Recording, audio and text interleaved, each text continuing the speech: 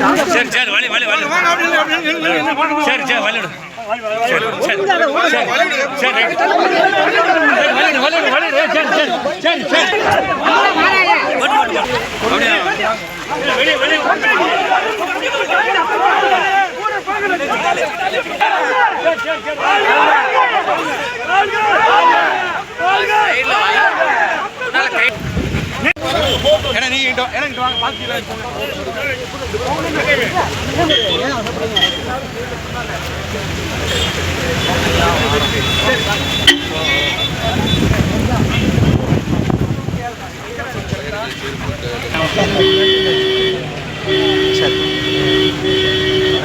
நல்ல வெற்றி நமக்கு போட்டு போட்டு போட்டு போட்டு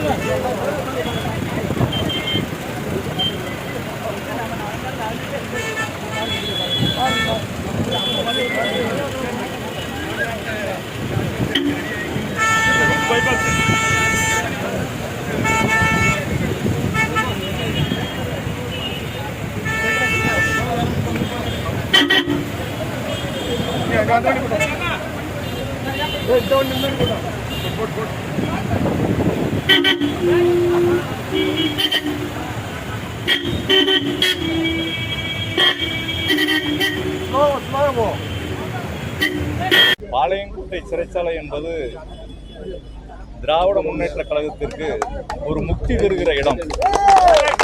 எங்கள் தலைவர், தன்மான தலைவர், தமிழ்மான தலைவர் கலைஞர் அவர்கள் இந்தி எதிர்த்து தமிழக ஒற்றுமையை காப்பதற்காக இந்த சிறைச்சாலையில் இருந்தார்கள்.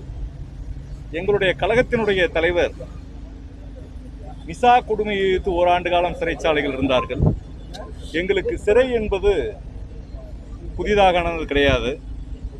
இருந்தாலும் கூட இந்த நாட்டின் ஜனநாயக உரிமைகளை, பேச்சுரிமையை பறிக்கக்கூடிய அளவிற்கு சகோதரர் விஜயுடைய ஆட்சி இன்று மிக கடுமையான சட்டங்களை பயன்படுத்தி சிறையில் தள்ள வேண்டும், அதனால் சர்வாதிகார போக்குடன் ஆட்சியை நடத்தலாம் என்று நினைக்கிறார்கள்.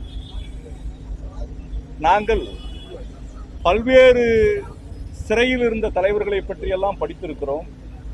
வாய்ப்பூட்டு சட்டத்தில் சிறையில் அடைக்கப்பட்ட 11 ஆண்டு காலம் சிறையில் இருந்த தேவர் திருமகன், பெருந்தலைவர் காமராஜர், முத்தமிழறிஞர் கலைஞர், இமானுவேல் சேகர் அவர்கள், கக்கன் அவர்கள் போன்ற வரலாற்று சிறப்புமிக்க தலைவர்கள் எல்லாம் சுதந்திரத்திற்காக நம்முடைய எங்கள் மாவட்டத்தினுடைய பிதாமகன் செக்கிழுத்த சிதம்பரம் பிள்ளை அவர்கள் சிறையில் பல்வேறு கொடுமைகளை அணிவித்திருக்கிறார்கள். அதனாலே நான் சட்டமன்ற உறுப்பினராக விளாத்திக்குளம் தொகுதியினுடைய திராவிட முன்னேற்ற கழகத்தினுடைய இரும்பு உள்ளம் கொண்ட எங்களுடைய தொண்டர்கள் தேர்தலிலே வெற்றியை பெற்றுக் கொடுத்திருக்கிறார்கள். எனக்கு பின்னால் அவர்கள் இருக்கிறார்கள். அதனால சிறையில் அடைத்ததினால் என்னுடைய கருத்துக்களை மடக்கிவிட முடியும், என்னை ஒடுக்க முடியும் என்று நினைத்தால் 1000 சிறைச்சாலைகளை சந்திப்பதற்கு திராவிட முன்னேற்ற கழகத்தை சேர்ந்தவர்கள் தயாராக இருக்கிறார். முத்துவேல் கருணாநிதி ஸ்டாலின் அவர்கள் 5 ஆண்டு காலம் தமிழ்நாட்டு மக்களுக்கு வரலாற்று சிறப்புமிக்க ஆட்சியை கொடுத்தார்கள். இன்று 3 மாத காலத்திற்குள் தமிழ்நாடு மிகப்பெரிய அளவிற்கு வன்கொடுமை நடந்து கொண்டிருக்கிறது. இன்று சட்டத்தை இயற்றக்கூடிய, சட்டத்தை பேசக்கூடிய, கருத்துரிமைகளை பேசக்கூடிய சட்டமன்ற உறுப்பினர் எந்த விதமான காரணங்களும் இல்லாமல் சிறையில் அடைக்கப்பட்டிருக்கிறார். ஆனால் நாட்டின் வீதிகளில் கொலை, கொள்ளை, கற்பழிப்பு, பெண்களுக்கு பாதுகாப்பின்மை, காவிரியில் தண்ணி இல்லாமல் உழவர் பெருமக்களினுடைய கஷ்டம் என்று நாடு முழுவதும் 3 மாத காலத்தில் அவலப்பட்டு கொண்டிருக்கிறது.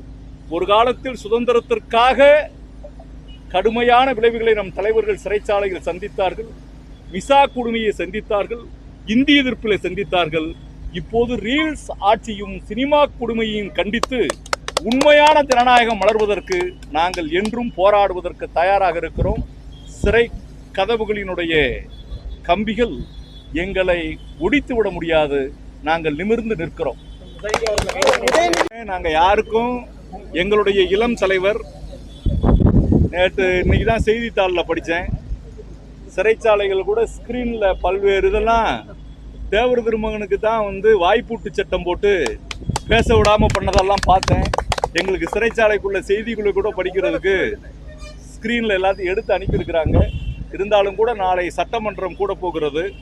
இவர்கள் எங்களையெல்லாம் இப்படியெல்லாம் அடுக்கி ஒடுக்கிட்டா சட்டமன்றத்தில் பேசிட மாட்டோம்னு நினைக்கிறாங்க.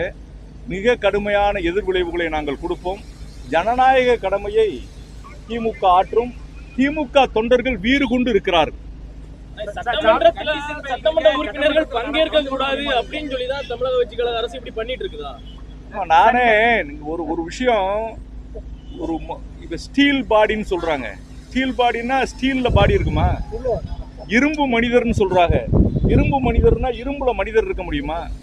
கதவை, சட்டமன்றத்தின் கதவை முதலமைச்சர் மூடுவேன் என்று சொல்கிறார். மூடுகிற போது அது ஜனநாயகத்தினுடைய உரிமை. இதுதான் கொஸ்டின் ஆஃப் லா. இந்த நாட்டினுடைய சட்டத்தையே கேள்வி கேட்கக்கூடிய உரிமை நமக்கு இருக்கிறது. அப்ப நம்மளுடைய வட்டார வழக்கு ஏற்கனவே யுத்த பூமி நம்ம தூத்துக்குடி மாவட்டம் விளாத்திக்குளத்துல தான் எல்லா சுதந்திர போராட்ட வீரர்களும் இருக்கிறாங்க. உரிமையை விட்டு கொடுத்ததற்கு பிறகு என்ன பண்றது? அதனாலதான் வார்த்தைகள் பருமனாவதற்கு பல்வேறு காரணங்கள் இருக்கிறது. முதலமைச்சர் அவர்கள் இன்று ரீல்ஸ்ல முதலமைச்சராக வந்துட்டார். ரியல் முதலமைச்சராக இருக்கிற அளவிற்கு அவர் பக்குவமாக பேசி கத்துக்கொண்டால் எல்லாமே சரியா இருக்கும். இல்ல, சட்டமன்றத்தில் கலந்துக்கலாம். கண்டிஷன் பெயில் முதலமைச்சர் இன்னமே பெயில் ஆர்டர்ஸ் எல்லாம் நான் பார்க்கல. அதிகமா அவரை பற்றி பேசக்கூடாதுன்னு சொல்லியிருக்கிறாங்க. இல்ல, சட்டமன்றத்தில் கலந்துகிற போது கையெழுத்து போட வேண்டியதில்லைன்னு சொல்லியிருக்கிறாங்க.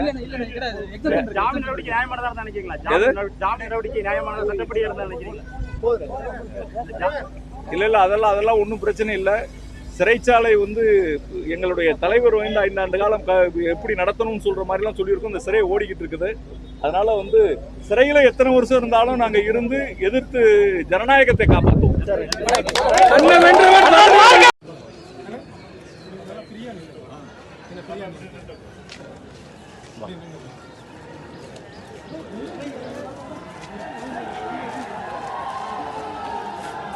இது மாதிரி பண்றதுக்கு